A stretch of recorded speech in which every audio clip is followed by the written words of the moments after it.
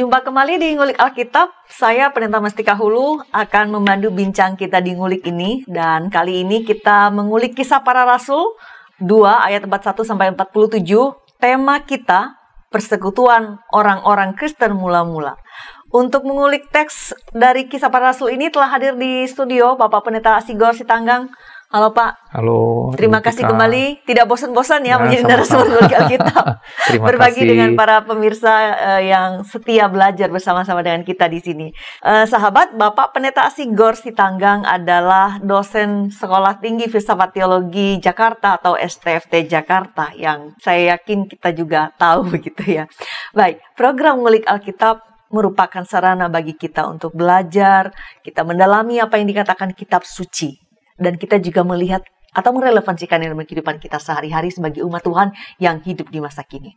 Dengan senang hati kami mengajak para sahabat untuk berinteraksi atau meninggalkan komentar di kolom yang tersedia. Kita mengawali ulik ini dengan doa dipimpin Bapak Pendeta Sigor. Silakan Bapak.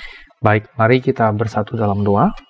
Bapak, terima kasih untuk hari ini kami kembali dalam acara Ngulik Alkitab dan kami akan belajar khususnya dari Kisah Para Rasul mengenai persekutuan orang percaya mula-mula. Kiranya kami Engkau mampukan untuk memahami kebenaran ini dan menjadikannya pedoman dalam kehidupan kami sebagai bagian dari gereja Tuhan di negeri ini. Demi nama Yesus kami berdoa. Amin. Saya akan membacakan Kisah Para Rasul 2 ayat 41 sampai 47.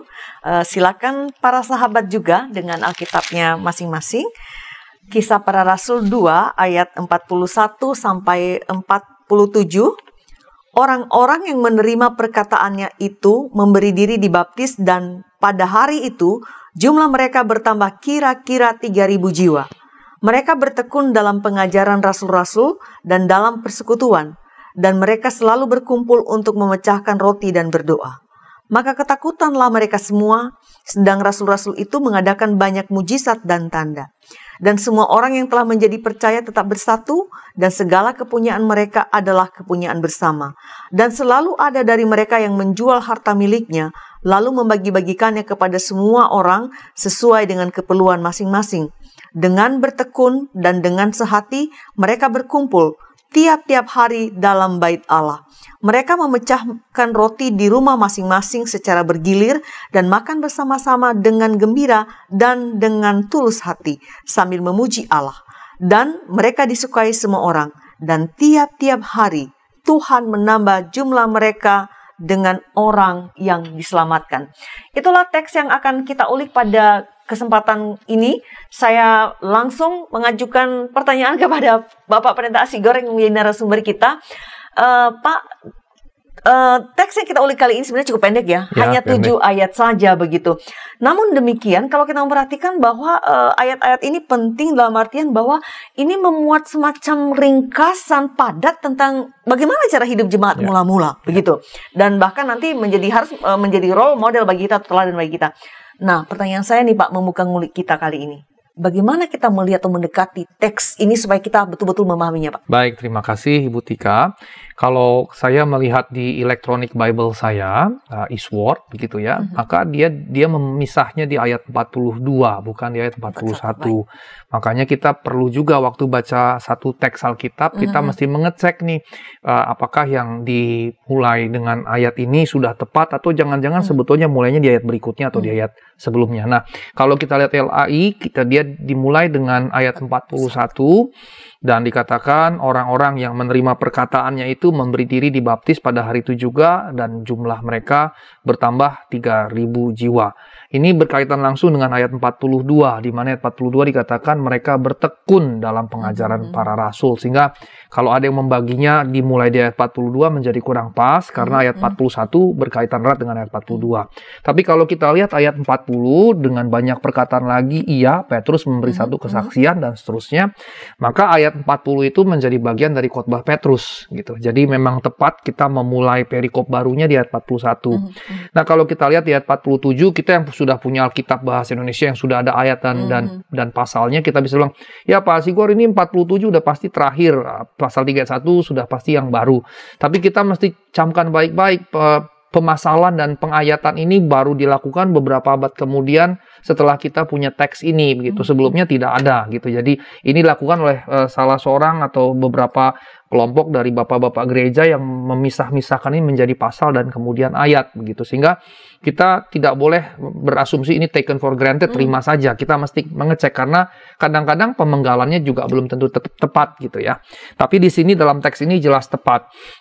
Di bawah itu 47, mengapa 47 ayat terakhir? Karena ada aklamasi. Biasanya kalau kita membatasi teks itu, bagian akhir sebuah perikop isinya aklamasi. Dan di sini aklamasinya positif, sambil memuji Allah. Itu aklamasi, memuji Allah. Terus ada juga pernyataan disukai semua orang.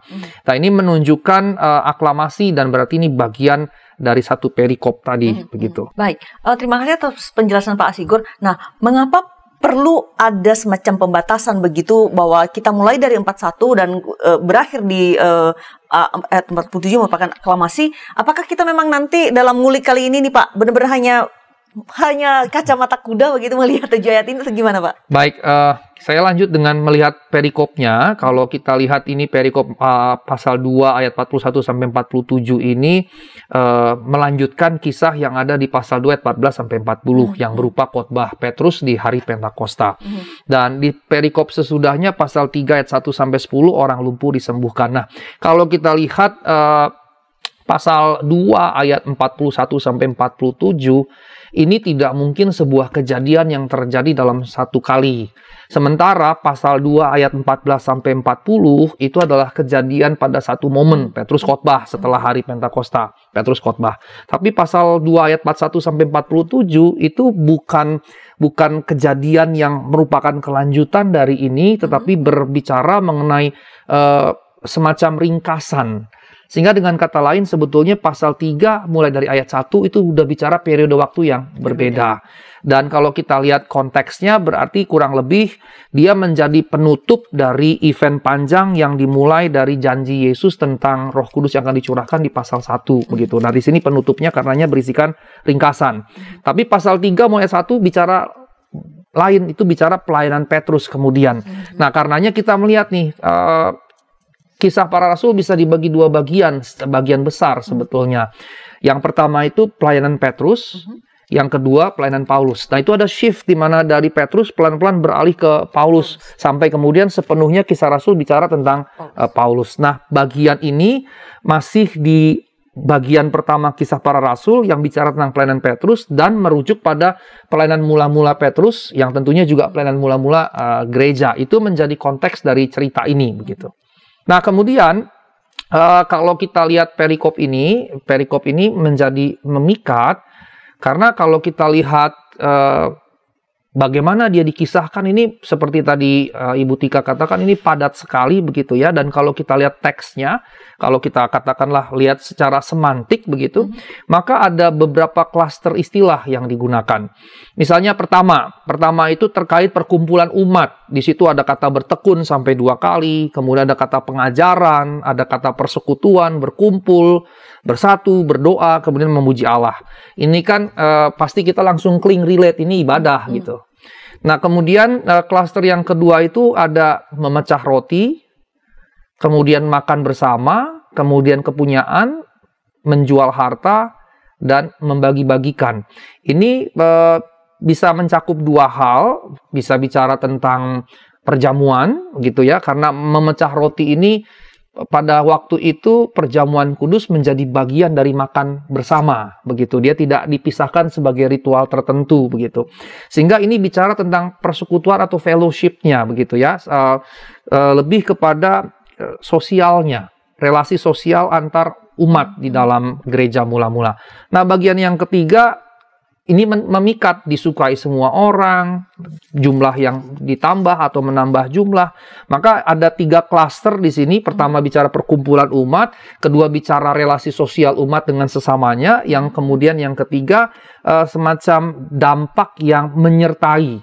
Jadi mereka bukan mengejar untuk disukai semua orang, mereka bukan mengejar untuk jumlah bertambah, tapi itu adalah dampak dari poin pertama dan kedua di dalam perikop ini. Nah, kalau kemudian kita membaca perikop ini, Ibu Bapak yang terkasih, maka kita bisa lihat sebetulnya ini kayak ringkasan. Tadi di awal saya katakan ringkasan dari pasal pertama sampai pasal 2, tetapi juga menjadi ringkasan dari bagaimana sih gaya hidup jemaat mula-mula, di mana kita bisa bagi 3. Ayat 41 sampai 43 ini bicara bahwa mereka senantiasa bertemu, berkumpul bersama-sama. Di bagian yang kedua, mereka bicara tentang membagi-bagikan milik mereka untuk kepentingan bersama. Dan yang menarik, bagian ketiga, 46 sampai 47, ayat 46-47, ini mengulangi lagi bahwa mereka bertekun penambahan. Dalam dunia biblika ini disebut dengan chiasme. Jadi ada struktur A, B, balik lagi ke A, begitu. Jadi agak puitis, ada unsur puitis, ya? Walaupun dia prosa gitu. Dia kan cerita, tapi ternyata ada unsur puitisnya. Di bagian pertama bicara tentang mereka yang bersekutu, di bagian yang kedua bicara bagaimana mereka berkegiatan sosial, bagian yang ketiga balik lagi bagaimana mereka bersekutu begitu. Dan ditambah kemudian informasi tentang jumlah mereka yang bertambah sebagai dampak tadi.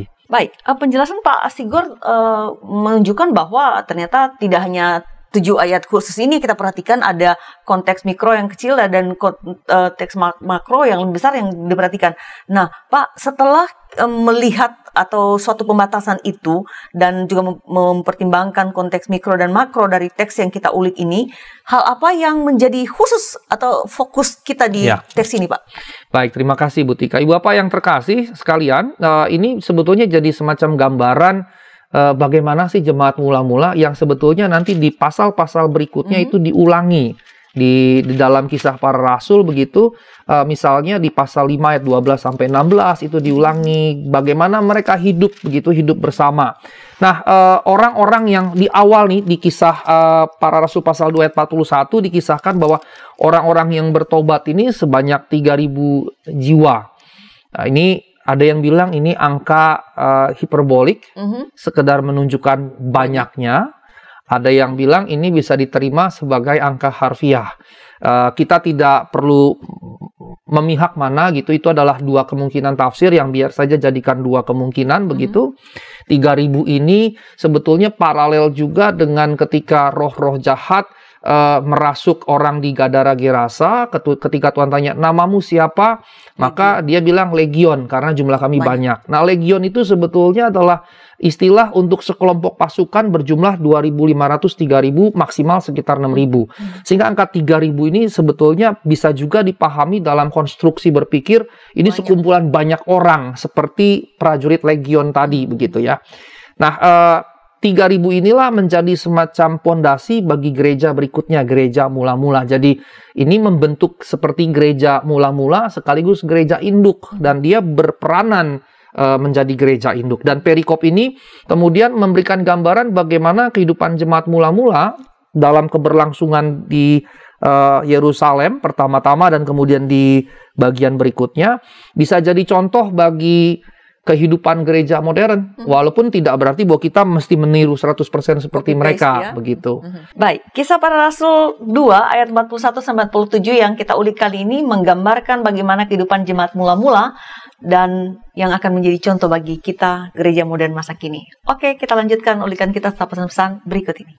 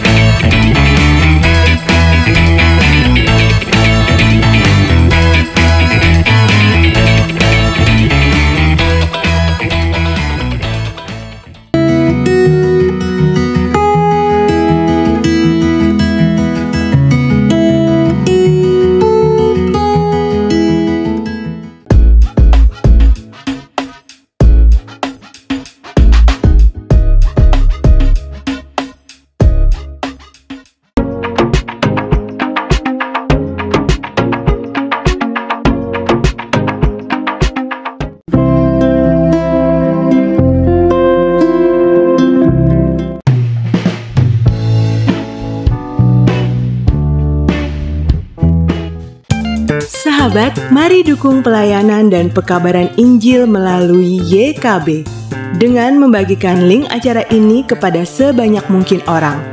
Dukungan juga dapat saudara lakukan dengan mentransfer dukungan finansial ke rekening BCA ke nomor 450 305 2990 450 305 2990 atas nama Yayasan Komunikasi Bersama.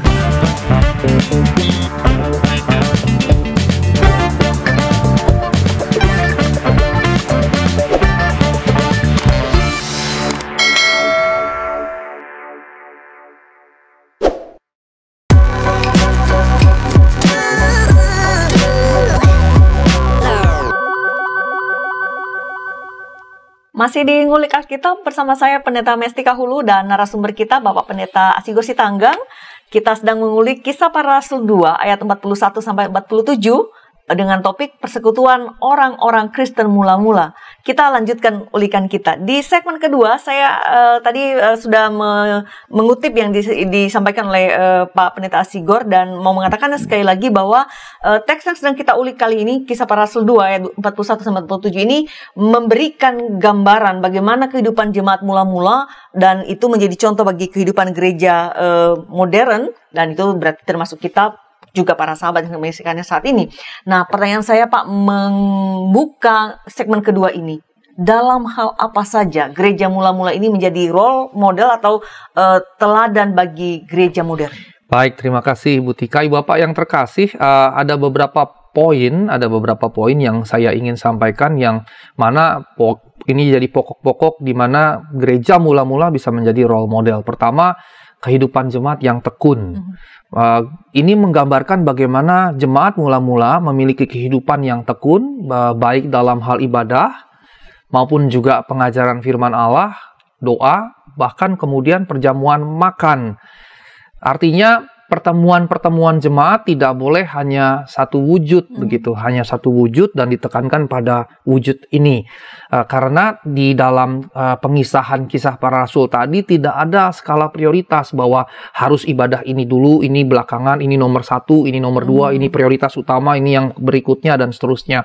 Walaupun tentunya dalam konteks gereja modern akan agak kesulitan, tetapi ini menjadi semacam bentuk yang perlu kita pelajari begitu.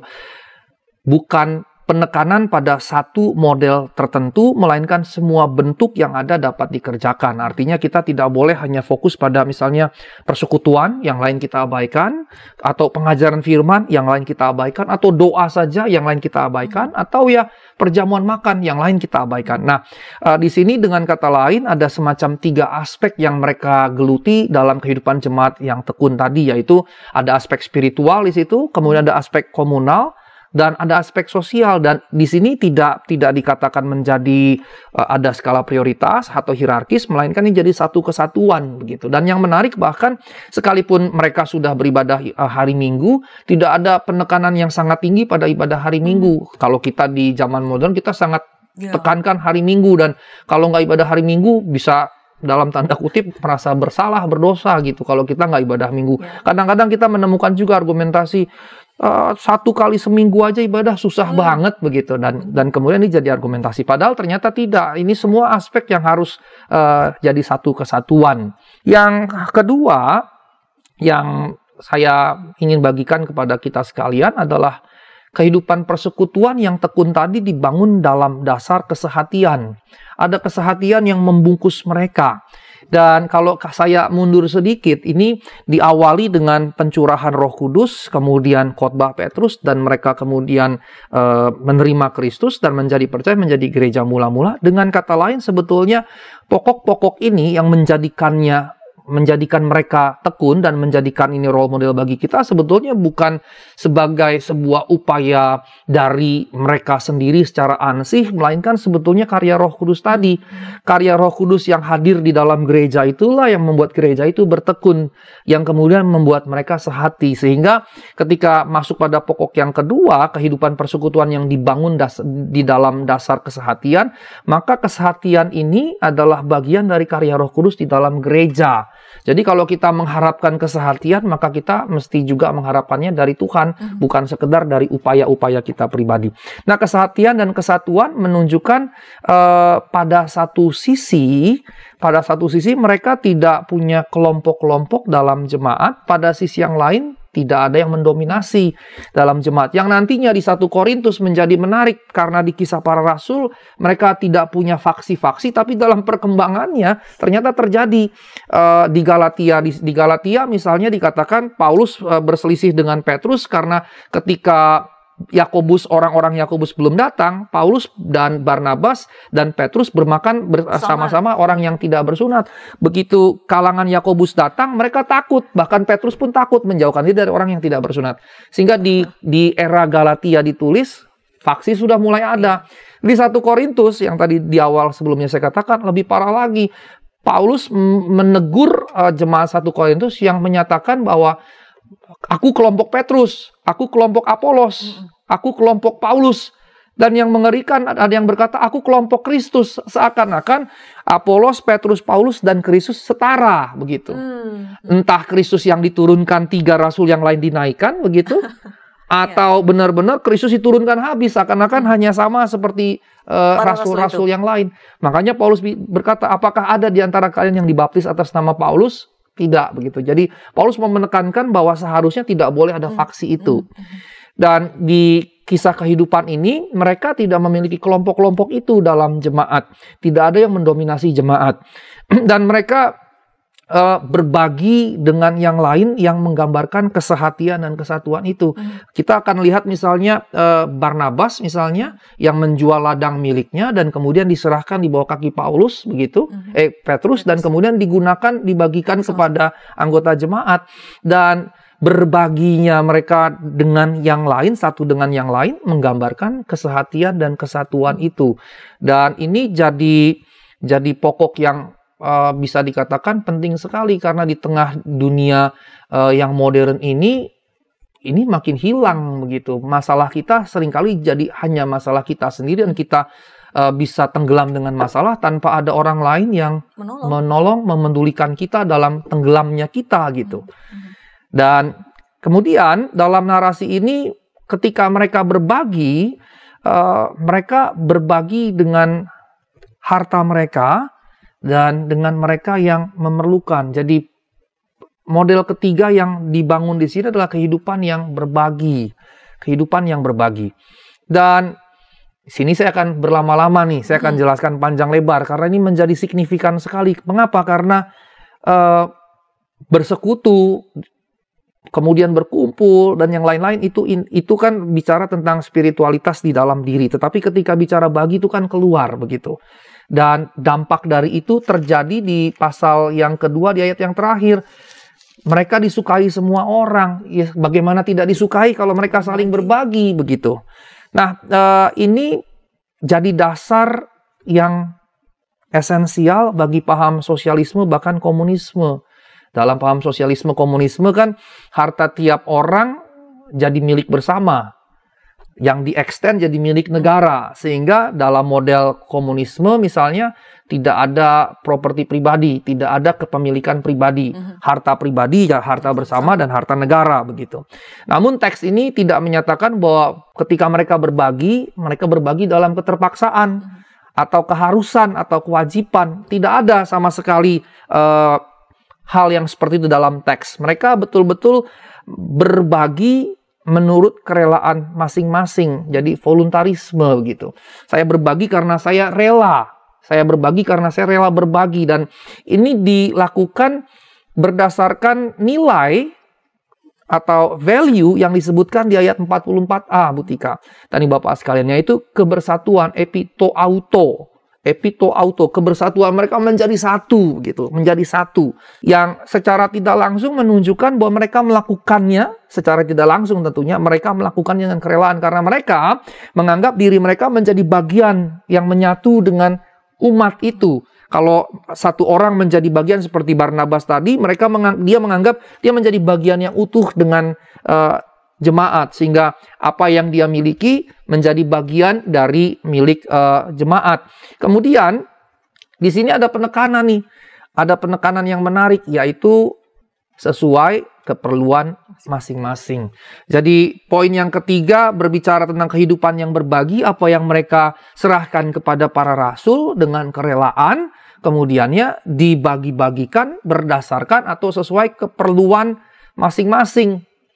Nah, justru nilai yang mau ditekankan di sini adalah kebersamaan, penanggungan beban secara bersama. Dan bayangkan ide yang hadir di sini, ini ide yang luar biasa sebetulnya. Dan itu sebetulnya yang kemudian dibaca oleh Karl Marx misalnya. Nilai yang mau ditekankan berarti kebersamaan, penanggungan beban secara bersama, dasarnya apa? Roh Kudus tadi. Dan ini menarik, Roh Kudus yang dicurahkan, diberikan kepada orang-orang percaya yang berkumpul 120 orang yang extend jadi 3.000 orang. Walaupun di awal tanda dari kepenuhan roh berbahasa lidah, tapi sebetulnya itu minor. Tanda yang utamanya adalah cara hidup ini. Dan di poin 3 yang saya ingin berikan tekanan adalah kebersamaan menanggung beban bersama-sama. Menanggung beban secara bersama. Dan inilah nilai biblis yang sangat baik. Beban saya ikut dipikul oleh orang-orang lain secara bersama, sehingga tentunya beban setiap orang jadi ringan sekali begitu. Nah, bayangkan gereja modern zaman now begitu. Adakah prinsip-prinsip ini masih kita pegang teguh gitu? Kadang-kadang kita sudah curigation dulu kalau istilah zaman sekarang. Kita udah curiga dulu, datang ini mau minta duit segala macam. Kita langsung udah punya mindset yang curiga itu. Padahal di dalam teks Alkitab bahkan mereka bergantian makan bersama. Jadi kalau misalnya sekarang di rumah saya, minggu depan di rumah Ibu Tika, begitu mereka tidak merasa itu beban. Tidak merasa itu beban. Kalau dalam individualisme masyarakat barat misalnya, oh itu beban sekali gitu. Bisa dikatakan lulu gua begitu. Mengapa? Karena individualisme tadi. Jadi di sini bahkan mereka bergantian makan bersama yang menunjukkan tadi nilai-nilai kesatuan, kebersamaan, dan saling menanggung beban. Nah, Ibu Bapak yang terkasih, di Galatia 6 ayat 2, ketika Paulus berbicara mengenai konsep Kristiani ini, bahkan Paulus bilang, disitulah kita menggenapi hukum Kristus. Dalam saling bertolongan, disitulah engkau menggenapi hukum Kristus. Dan Paulus sebetulnya anti terhadap hukum. Di mana-mana dia bilang Taurat sudah tidak ada lagi. Bahkan dikatakan dengan matinya Kristus di kayu salib, membatalkan Taurat dengan segala ketetapan dan peraturan. Kali pertama dan terakhir dia menggunakan kata hukum secara positif, Galatia 6 ayat 2. Ketika kita bertolong-tolongan, saling menanggung beban sesama kita, menurut Paulus di situ kita menggenapi hukum Kristus. Nah, karenanya saya ingin menggali lebih jauh, Ibu Bapak yang terkasih dalam Tuhan Yesus Kristus mengenai ini. Sebagian negara Eropa Barat ini kemudian dikembangkan menjadi dasar ekonomi negara, Bu Tika. Di Jerman istilahnya disebut Der Dritte Weg atau the third way, against communism and capitalism. Jadi the third way atau jalan ketiga ini bukan komunisme, bukan kapitalisme, tetapi jalan ketiga. Ini jadi semacam jalan tengah di antara keduanya. Yang dalam pergumulan teologi saya merasa gereja juga bisa menerapkan ini dalam konteks berjemaat maupun dalam konteks yang lebih luas begitu. Sistem sosial ekonomi Jerman misalnya dan sebagian negara Eropa, khususnya Eropa Barat, juga terutama Skandinavia, mereka mendasarkan prinsip ini yang kalau kita lihat di Roma 15 ayat 1 jelas sekali dinyatakan di situ. Kita yang kuat wajib menanggung kelemahan orang yang tidak kuat dan jangan kita mencari kesenangan kita sendiri. Ini jelas sekali. Kita yang kuat wajib menanggung kelemahan orang yang tidak kuat. Maka apa yang dihidupi oleh jemaat mula-mula di poin ketiga yang saya bagikan pada Ibu Bapak, kehidupan yang berbagi berbasis pada prinsip ini yang dijelaskan oleh Rasul Paulus di Roma 15 ayat 1. Jadi sistem sosial ekonomi Jerman dan sebagian negara Eropa termasuk Skandinavia berdasarkan prinsip ini. Yang kuat, yaitu yang kaya, dipajaki, pajak penghasilan, potongan jaminan sosial, asuransi, dan lain-lain, digunakan untuk apa? Menopang mereka yang lemah, yaitu yang miskin. Dan ini jelas sekali berdasarkan Roma 15 ayat 1. Yang kuat menanggung mereka yang tidak kuat. Alkitab Bahasa Indonesia menyebutnya kuat dan tidak kuat. Tidak digunakan kata lemah. Padahal ya maksudnya lemah begitu ya. Tapi ini mungkin mau mencoba mendekatinya secara positif. Baik, tadi Pak Sigurd menjelaskan bahwa cara hidup jemaat mula-mula ini ditiru bahkan oleh Marx gitu ya. Dan mungkin kadang-kadang kita berpikir malah gereja harus belajar dari Marx, padahal mereka belajar dari kehidupan jemaat mula-mula. Oke, itu sebagai intermezzo. Pak Pendeta, cara atau gaya hidup, lifestyle yang ditunjukkan oleh jemaat mula-mula itu sungguh sangat menarik. Itu yang kita tangkap dari ulikan kita kali ini. Dan saya kira mungkin bukan hanya menarik begitu, tapi menantang kita. Apa yang ditantang, saya kira konstruk berpikir kita dan cara hidup kita yang tadi Pak Sigurd juga mengatakan bahwa individualis, ya independen pada satu sisi, tapi cenderung individualis atau egois juga. Nah, pertanyaan saya ke Bapak berikutnya, apakah mungkin atau setidaknya bisa mendorong masyarakat modern dan lebih khusus lagi gereja modern untuk menghidupi gaya hidup seperti jemaat mula-mula ini? Apa yang harus kita lakukan, termasuk kita di dalamnya, mindset apa yang harus kita miliki atau dibangun, Pak? Baik, terima kasih Bu Tika. Ibu Bapak yang terkasih dalam Tuhan Yesus Kristus, tadi saya sudah mulai menyinggung mengenai Eropa Barat, begitu. Maka kalau kita menggali apa sih kalau gitu dasar teologis biblisnya, maka ini yang mesti kita bangun dulu. Orang yang kuat menanggung orang yang tidak kuat menurut versi Indonesia, atau orang yang lemah. Mengapa? Karena Kristus telah menanggung semua orang dalam penderitaan dan kematiannya. Jadi bingkainya bukan sekedar sosial belaka, bingkai teologisnya bukan sekedar saya kuat, saya menanggung yang lemah, bukan, tetapi bingkainya ditaruh menjadi sedemikian kristologis begitu.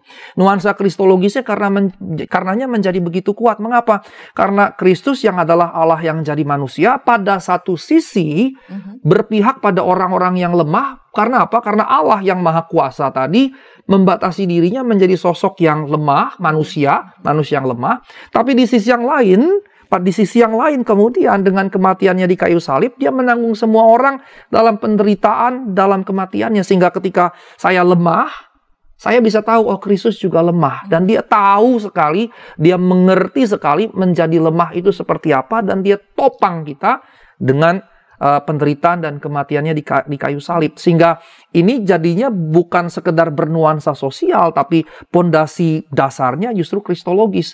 Kristus yang adalah Allah jadi manusia menanggung kelemahan kita, sehingga kita yang lemah dijadikan kuat. Sehingga kemudian ketika kita yang lemah dijadikan kuat, kita yang kuat kemudiannya menanggung mereka yang lemah. Jadi ada semacam shared gitu. Allah melalui Kristus berbagi kepada kita kekuatannya supaya kita berbagi kekuatan kita kepada mereka yang lemah. Sehingga orang kuat dan orang lemah ini kemudian dapat dikembangkan dalam bukan cuma banyak aspek, sebetulnya dalam semua aspek kehidupan, termasuk sosial, ekonomi, politik begitu. Nah, karenanya kalau kita lihat Roma 15, konteksnya kan sebetulnya ini bicara iman.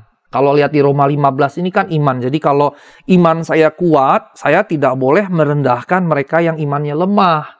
Misalnya kalau buat saya semua makanan halal. Ada yang bilang ini haram. Bukan berarti kemudian saya menjatuhkan dia, menghakimi dia, kamu lemah iman dan seterusnya. Justru kemudian kalau saya meyakini saya kuat iman dan karena itu saya makan semua makanan gitu, tapi ada yang lain yang tidak kuat imannya menurut saya dan tidak makan makanan tertentu yang haram begitu, bukan kemudian menjatuhkan, tapi justru menopang mereka yang lemah iman. Itu konteksnya. Tetapi kemudian gaya, nilai, konsep ini bisa ditarik ke dalam semua aspek kehidupan, termasuk di dalam sosial, ekonomi, politik, bahkan kemudian di dalam gereja sekalipun begitu. Baik, kita akan melanjutkan ulikan kita setelah pesan-pesan berikut ini.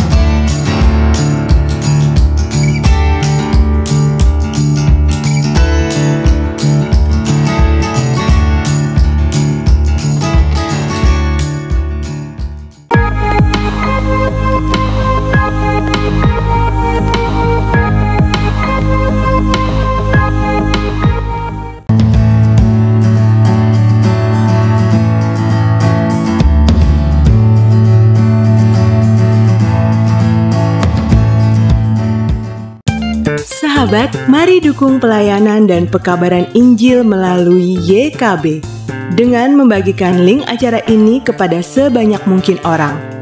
Dukungan juga dapat saudara lakukan dengan mentransfer dukungan finansial ke rekening BCA ke nomor 450 305 2990, 450 305 2990 atas nama Yayasan Komunikasi Bersama.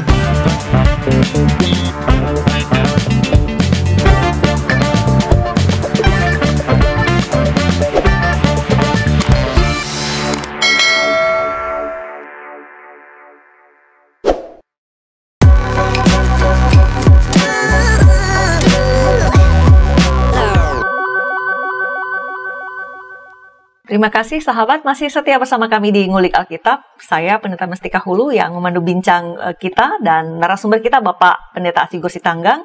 Kita sedang mengulik Kisah Para Rasul 2 ayat 41-47 dengan topik persekutuan orang-orang Kristen mula-mula. Kita berada di segmen terakhir, kita melanjutkan ulikan kita. Tadi Pak Pendeta di segmen kedua sudah menyampaikan begitu ya beberapa kali bahwa apa yang cara hidup jemaat mula-mula ini yang ditunjukkan ini bisa ditarik secara luas juga ke sosial dan politik. Bahkan tadi Bapak juga menyebutkan misalnya contohnya diterapkan oleh negara-negara Eropa. Nah, wujudnya seperti apa nih Pak? Silakan. Baik, terima kasih Ibu Tika. Ibu Bapak yang terkasih, berdasarkan teks yang kita jadikan rujukan pada saat ini, kemudiannya Karl Marx dan yang berikutnya, tokoh yang berikutnya Friedrich Engels yang kemudian menjadi bisa dikatakan penggagas sosialisme, membangun ide ini berdasarkan teks tadi dan berkata misalnya masyarakat agrikultural, masyarakat pertanian begitu adalah masyarakat komunis yang primitif. Jadi mereka menilai masyarakat pertanian yang dahulu kala itu masyarakat komunis yang primitif, dan mereka menggagas bahwa sosialisme berarti adalah satu kelompok sistem ekonomi sosial yang dicirikan dengan kepemilikan sosial dan kendali demokratis atas sarana-sarana produksi. Jadi penekanannya pada kepemilikan sosial. Kemudian mereka mengembangkan teori-teori gerakan-gerakan politik yang berkaitan dengan konsep tadi. Karenanya kepemilikan sosial dapat mengacu pada kepemilikan masyarakat, kemudian kepemilikan bersama atau kolektif atau kooperatif, bahkan kepemilikan saham warga negara. Jadi ide dasar dari teks tadi dikembangkan dalam sosialisme dengan konsep kepemilikan sosial yang modelnya juga ada beragam. Sehingga sosialisme punya banyak varietas, bukan hanya satu definisi tunggal yang mencakup semua, walaupun konsep dasarnya adalah kepemilikan sosial. Dan ini menjadi unsur umum yang ada, yang hidup dalam semua model, semua bentuk sosialisme tadi, bahwa kepemilikan itu adalah sosial, kepemilikan bersama seperti di teks tadi. Nah, ketika Jerman kalah perang, begitu ya, kalah perang, muncullah sosok bernama Konrad Adenauer, dan mereka menawarkan beliau dan dengan tokoh-tokoh yang lain menawarkan yang disebut dalam bahasa Inggris social market economy atau soziale Marktwirtschaft begitu. Dia digagas pertama-tama oleh Alfred Müller-Arndt, seorang ekonom Jerman, dan setelah Jerman kalah perang dunia kedua, terutama mulai tahun 49, 45, 49 mereka kalah itu, mereka kacau balau, hancur segala macam. Maka mereka mengadopsi ini, social market economy. Dan yang memeloporinya adalah kanselir saat itu, Konrad Adenauer bersama partainya. Dan disinilah mereka menawarkan apa yang disebut the third way tadi, atau der dritte Weg. Apa itu? Ekonomi yang menjadi jawaban atau jalan tengah lebih tepatnya antara sosialisme tadi dan liberalisme tadi. Jadi dengan kata lain, Jerman melihat kapitalisme bukan jawaban, tetapi sosialisme juga bukan jawaban. Maka mereka menawarkan gabungan antara sistem ekonomi kapitalisme pasar yang bebas tadi dengan kebijakan-kebijakan sosial yang menjamin adanya kompetisi yang adil dan welfare state tadi. Welfare state atau negara atau konsep pemerintahan di mana negara melindungi, mempromosikan kesejahteraan ekonomi dan sosial dari warga negaranya. Saya ingat misalnya ketika saya studi di sana, ketika produksi susu begitu berlimpahnya dan harga susu jadi jatuh, tentunya akan merugikan para peternak sapi, produsen-produsen susu. Maka negara Jerman kemudian membeli susu itu dan entah diapakanlah susu itu sehingga harga itu naik kembali begitu. Dan ini adalah ide welfare state salah satu contohnya. Dan dasarnya adalah adanya keseimbangan kesempatan dalam kapitalisme. Kalau kita pintar, cerdas, kerja keras dan seterusnya, kita akan bisa tampil hebat begitu. Tapi yang tidak punya kesempatan tidak akan bisa jadi apa-apa. Sehingga keseimbangan kesempatan yang dimaksud adalah memberi peluang yang sama kepada siapapun begitu. Kemudian distribusi kekayaan yang adil. Jadi tidak dikuasai oleh kelompok tertentu. Dengan kasus Rusia Ukraina hari-hari ini kita mendengar istilah oligark dengan seringkali disebutkan. Oligark sebetulnya gambaran dari kelompok kecil tertentu yang menguasai kekayaan yang begitu besar sehingga mereka jadi orang-orang yang super rich gitu ya. Dan terjadilah distribusi kekayaan yang tidak adil. Nah, di welfare state idenya adalah distribusi kekayaan yang adil. Kemudian ada tanggung jawab publik atas mereka yang lemah dan miskin. Dengan kata lain, negara atau publik, negara tapi juga rakyat di dalamnya bertanggung jawab terhadap mereka yang lemah dan miskin. Nah, bayangkan ide ini berbasis Alkitab gitu. Berbasis Alkitab. Sehingga sebetulnya kita juga bisa dengan tegas mengatakan gereja juga mesti begitu. Gereja punya tanggung jawab terhadap mereka yang lemah dan miskin. Jangan sampai kita berkata, oh itu tanggung jawab negara, kita nggak punya gitu. Padahal gagasan welfare state, Dare to Wake dan tadi social market economy tadi berbasis justru Alkitab. jemaat mula-mula yang ada dalam Alkitab kita. Social market economy yang di awal saya katakan itu jelas sekali dilandasi, diinspirasikan antara lain oleh Alkitab kita, oleh etika Kristen. Sehingga dia menggabungkan berbagai macam seperti keuangan yang dikombinasikan secara efektif dengan kredit bank, perdagangan, pajak, bea cukai, investasi, kebijakan sosial, dan semua langkah atau kebijakan-kebijakan lain. Dan bayangkan semua ini dikelola, dikombinasi sedemikian untuk mendatangkan keadilan yang seimbang, kesempatan yang seimbang, dan menolong orang-orang yang lemah dan miskin. Karenanya kemudian juga muncul istilah preferential option for the poor gitu. Keberpihakan pada orang yang lemah. Artinya orang yang lemah ini harus diberikan kesempatan yang besar untuk menjadi kuat. Disitulah yang tadi saya katakan dasar kristologis yang kuat tadi. Allah yang maha kuasa hadir dalam wujud Kristus yang lemah, dan kemudian Kristus sendiri menanggung dalam penderitaan menanggung kita yang lemah dan berbagi kekuatannya sehingga kita yang lemah jadi kuat. Dan ketika kita sudah kuat, kita berbagi kekuatan kita kepada orang yang lemah. Dan bayangkan ide kristologis dibawa dalam sistem sosial kehidupan.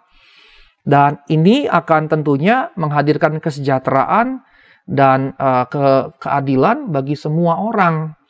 Dan ini sebetulnya tujuannya. Nah, sistem ini menolak sistem sosialisme yang menghilangkan kepemilikan privat. Kalau dalam sosialisme kan kepemilikan pribadi hilang begitu. Nah, sistem ini menggabungkan usaha privat dengan peraturan, intervensi negara, bangun kompetisi yang fair, mempertahankan sebuah keseimbangan antara rasio pertumbuhan ekonomi yang tinggi dengan inflasi yang rendah, pengangguran yang rendah, kondisi kerja yang baik, kesejahteraan sosial, pelayanan publik. Nah, dengan kata lain, kalau ada orang Kristen masuk dalam pemerintahan, terlibat dalam segala kegiatan ekonomi, maka orang-orang percaya itu juga harus memperjuangkan nilai-nilai ini dalam posisinya sebagai pelaku-pelaku atau pejabat-pejabat negara begitu. Bahwa ini nilai Kristiani yang harus diperjuangkan di dalam roda ekonomi di pemerintah, ataupun juga kalau ibu bapak ada yang bekerja sebagai manajer atau apapun, ini juga harus jadi hal yang diperjuangkan sebagai nilai Kristiani kita di dunia marketplace kita, entah di dunia usaha ataupun di dunia pemerintahan. Nah, karenanya kita jadi bertanggung jawab. Oh, saya orang Kristen, ternyata saya punya tanggung jawab sosial berdasarkan Alkitab. Ini jadi tanggung jawab kita semua. Khususnya kepada orang-orang yang lemah, yang miskin dan terpinggirkan. Bukan malah makin meminggirkan yang miskin gitu. Sehingga praktik-praktik di mana orang kaya, orang yang berkedudukan, orang yang berjabatan, pejabat, penguasa, pengusaha yang dapat kedudukan spesial di gereja harus mulai diubah begitu. Kita lihat cukup banyak praktik di mana mereka akan dapat tempat terhormat. Dan kursi mereka di depan bisa tidak boleh dipakai oleh orang-orang lain begitu. Saya banyak dapat informasi dari mahasiswa, ada aja gereja yang mempraktikkan yang seperti itu. Ada tempat terhormat buat orang terhormat. Jadi kalau yang tidak terhormat duduknya di belakang. Ada gitu. nama tidak kasat mata. Ada nama yang tidak kasat mata. Padahal dari sini kita belajar, kita bertanggung jawab untuk ini semua. Nah, dalam social system tadi, karenanya secara praktis pajak tadi, bea cukai, pajak sosial, pajak pensiunan, maupun asuransi kesehatan, asuransi kerja, ini seharusnya memberlakukan prinsip orang kuat menanggung orang lemah. Ini yang mereka terapkan. Nah, kalau kita kerja di Indonesia, maka ini juga sebetulnya yang mesti kita terapkan. Nah, dalam penggalian materi saya ini dalam konteks Indonesia, saya justru melihat Pancasila justru memiliki nilai-nilai ini. Dan dengan kata lain, Pancasila sebetulnya sepaham dengan apa yang firman Allah dalam Alkitab sampaikan begitu. Karenanya dalam konteks mereka makin besar, makin kuat keuangan seseorang, gaji, pendapatan, keuntungan, potongan pajak, bea cukai dan lain-lain makin besar. Nah, di kita begitu kemarin ada tax amnesty, langsunglah muncul orang-orang yang ternyata asetnya banyak begitu. Selama ini disembunyikan karena nggak mau bayar pajak begitu. Begitu ada tax amnesty, langsung nampak, oh saya punya harta ini, itu, ini, itu. Itu jelas sebetulnya tidak Kristiani. Dengan tegas dikatakan melalui mimbar ini, itu tidak Kristiani. Nah, dalam prinsip yang dibangun di sini, sebaliknya berlaku. Makin kecil pemasukan pendapatan gaji seseorang, potongannya makin kecil. Yang tadi orang kuat menanggung orang yang lemah tadi, yang tidak kuat. Nah, Ibu Bapak yang terkasih dalam Tuhan Yesus Kristus, karenanya mereka membangun sistem sosial, jaminan sosial, dan perlindungan bagi orang-orang miskin, lemah, pengangguran, dan terpinggirkan.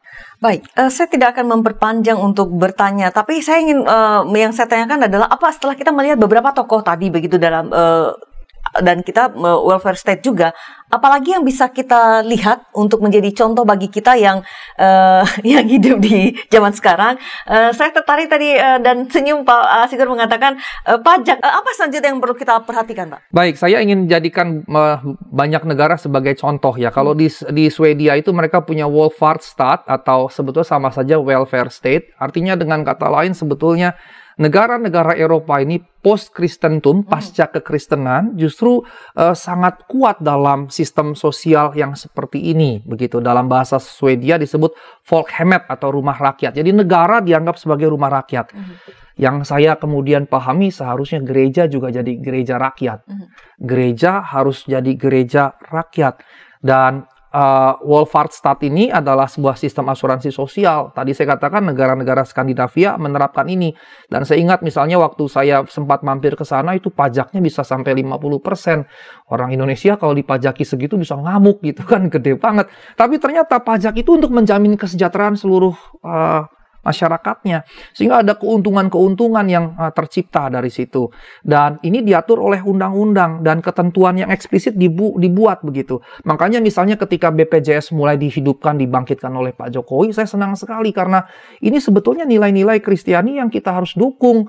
Jadi kita berbicara tidak melulu Yesus bilang, Alkitab bilang, tapi lebih kepada bagaimana nilai-nilai Alkitabiah, nilai-nilai Kristiani, nilai-nilai Kristus itu kita terapkan dalam kehidupan umum, bukan hanya di gereja, tapi dalam kehidupan umum yang kita perjuangkan begitu. Nah, karenanya segala program melayani seluruh populasi dan disubsidi sehingga setiap orang dapat terlibat di dalamnya, itu kan dihadirkan dalam BPJS dan kita harus terus berkontribusi dengan itu dan jangan kemudian ketika iurannya naik misalnya kita mulai keluh kesah gitu.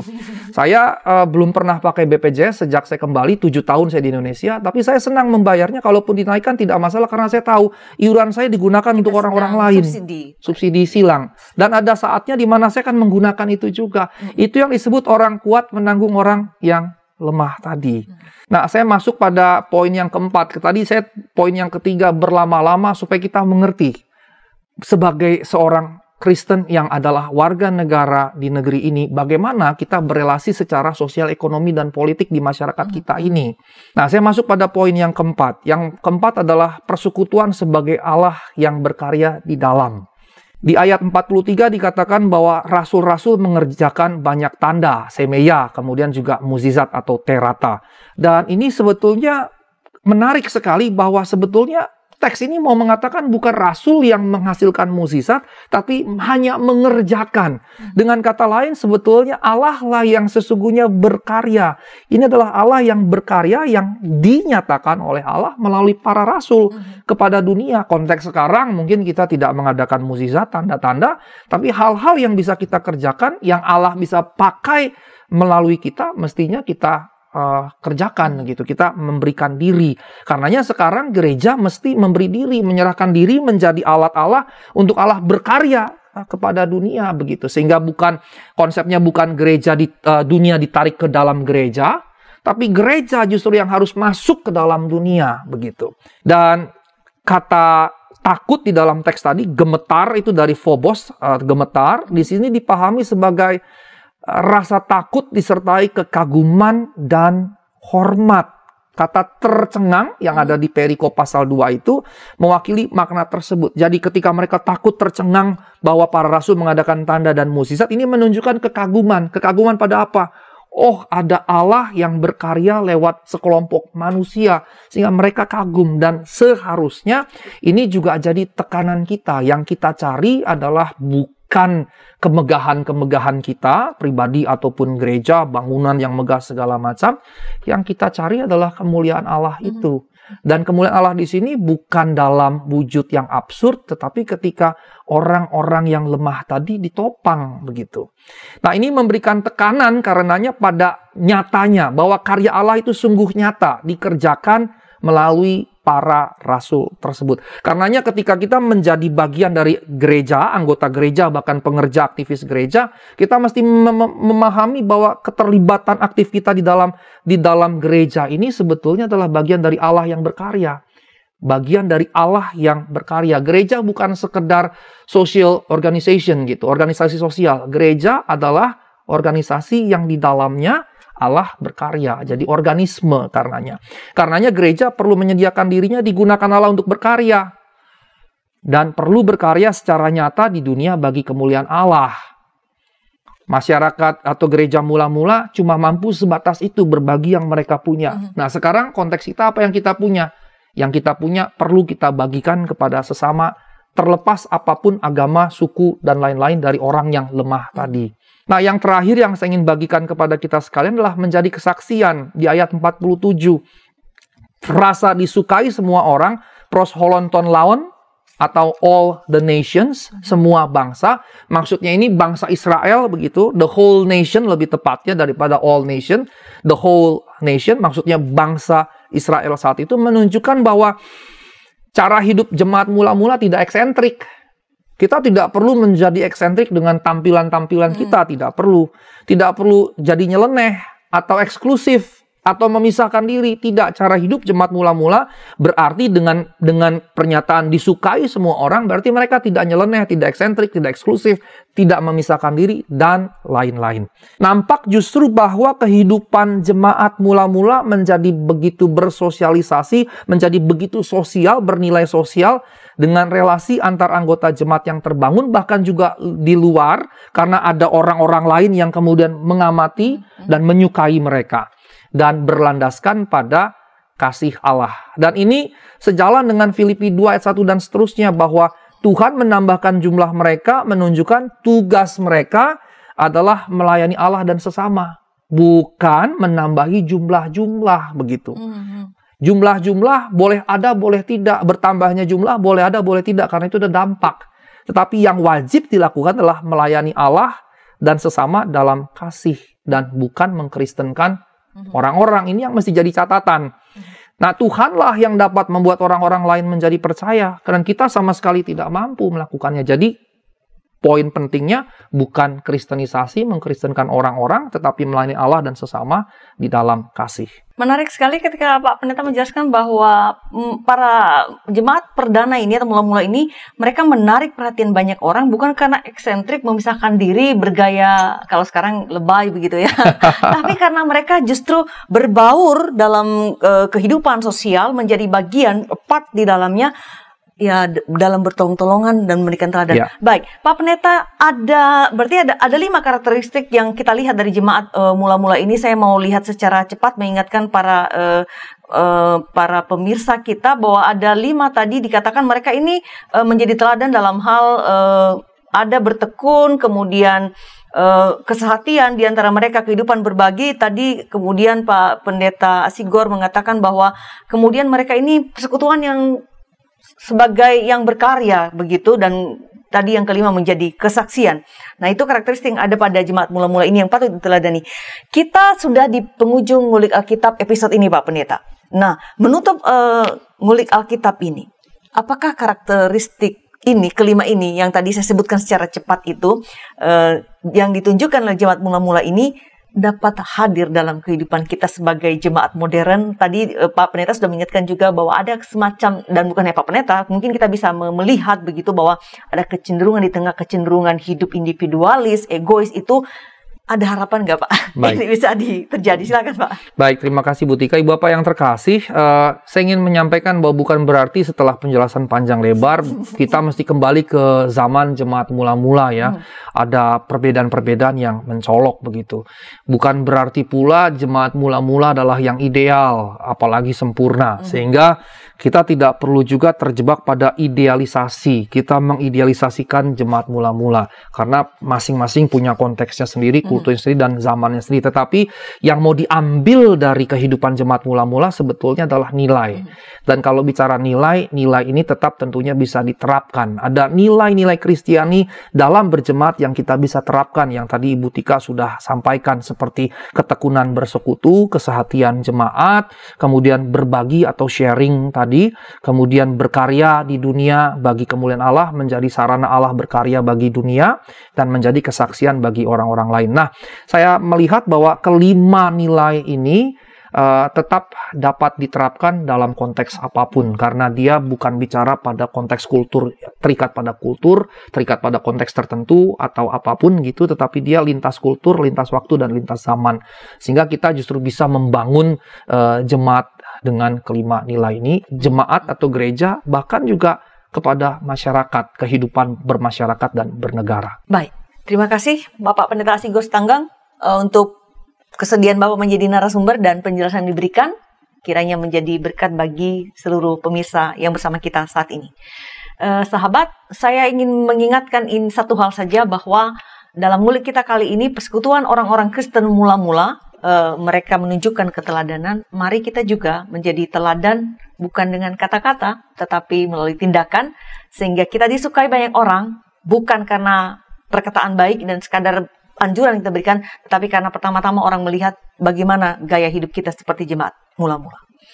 Tuntas sudah jumpa kita di Ngulik Alkitab episode ini, kiranya menjadi berkat bagi kita sekalian, dan tidak lupa kami selalu mengucapkan terima kasih Anda telah mendukung kami dan memberikan like, membagikan link Ngulik Alkitab ini, dan juga melakukan subscribe di channel Bible Study. Sampai jumpa di episode yang akan datang. Kita akhiri dengan doa. Silakan Bapak Pendeta. Baik, mari Bapak yang terkasih, kita berdoa. Terima kasih ya Tuhan, kami belajar bagaimana gereja mula-mula, tubuh-Mu, tubuh Kristus di awal berdirinya, menghidupi 5 nilai yang begitu agung.